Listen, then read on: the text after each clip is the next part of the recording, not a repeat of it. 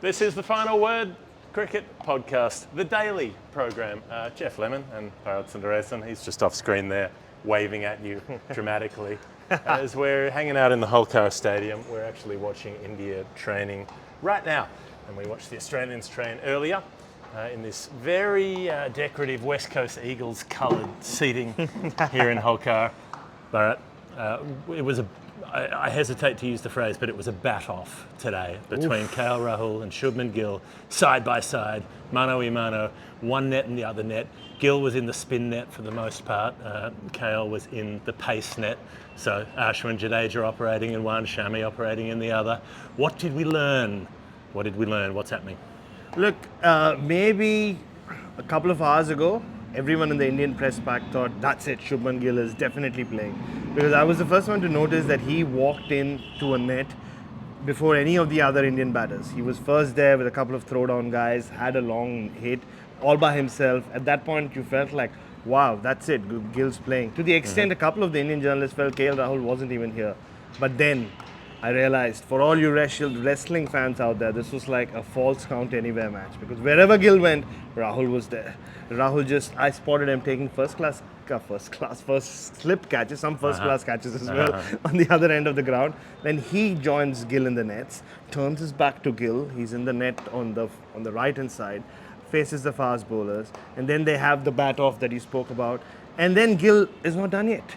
He walks away into the far net where the Australians had the net. In India, in some grounds, the Indian nets are separate from the overseas players' nets. I don't know why, but that's how it works.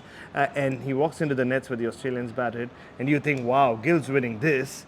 This is his third hit. But Rahul's on his tail.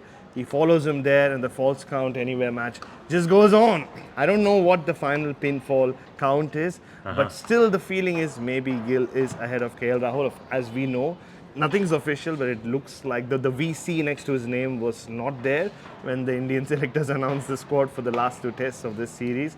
So who knows? At the moment, looks like Gill is ahead on pinfall, but this story isn't finished yet. Does it make sense that we're in the Holkar Stadium in that case? I think we are. Yeah, we are in the yellow. Look at that.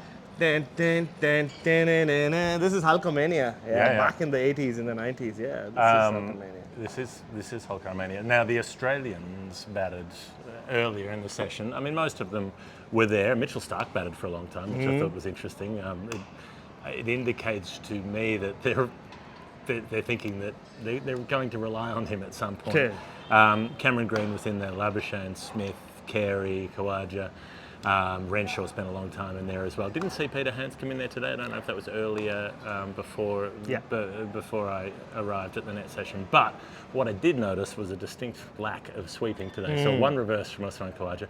Aside from that, everybody was very upright, using the feet, driving to mid-on, mid-off. Steve Smith was practicing his big shots to mid-wicket as well, getting some power into those strokes. They were facing a combination of local net bowlers, dog throwers, chuckers. Marnus Labuschagne was doing some off-break chucking. And then Daniel Vittori rolled out and started bowling actual left-arm orthodox. He wasn't doing throwdowns anymore. He was doing old school, it's 1999 and there he is in a pair of specs, looking like he's fresh out of school. Now he's got the sort of lumberjack kind of version, but he was bowling actual left-arm orthodox and, in that darting through kind of way that they're likely to face a lot of. Hey, it looks like Hacksaw Daniel Vittori, Hacksaw Jim Duggan, you'll know, the first ever winner of the Royal Rumble. The only thing, he didn't have a 4x4 and he wasn't screaming, ho! But he will someday. He's starting to look more and more like Hacksaw.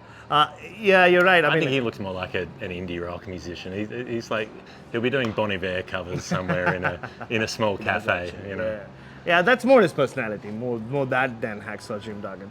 But you're right, Vittori was bowling towards the end. But it was a routine Australian training session. Now we've seen so many of these in India and more of those than what we've actually seen them do in the middle.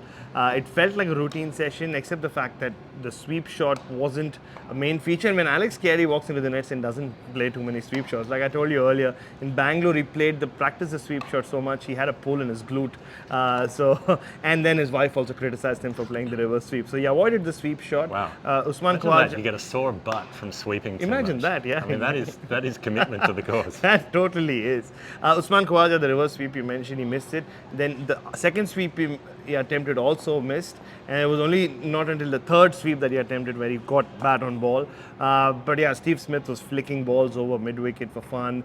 Peter Hanscom did have a long hit just before you walked in. He faced the fast bowlers, he faced the spinners as well. Mitchell Starc with the ball was quite something. He was getting the ball to reverse. I put a couple of clips out on social media. The one he bowled to Cam Green, a special delivery which he shouldered arms, but it came back a long way, to the extent Steve Smith in the adjoining net went, Starkey, what did he do? What did he do? And he was really excited. Steve Smith, as we know, will be captaining Australia in this test match. And yeah, Stark spoke to the media earlier. He's definitely playing. He thinks he said that he was ready even last week. But this extra week just means that he's further ahead in his progress with the finger injury. So he'll be ready to go. Like I said, he bowled really well. Q said he batted quite a while.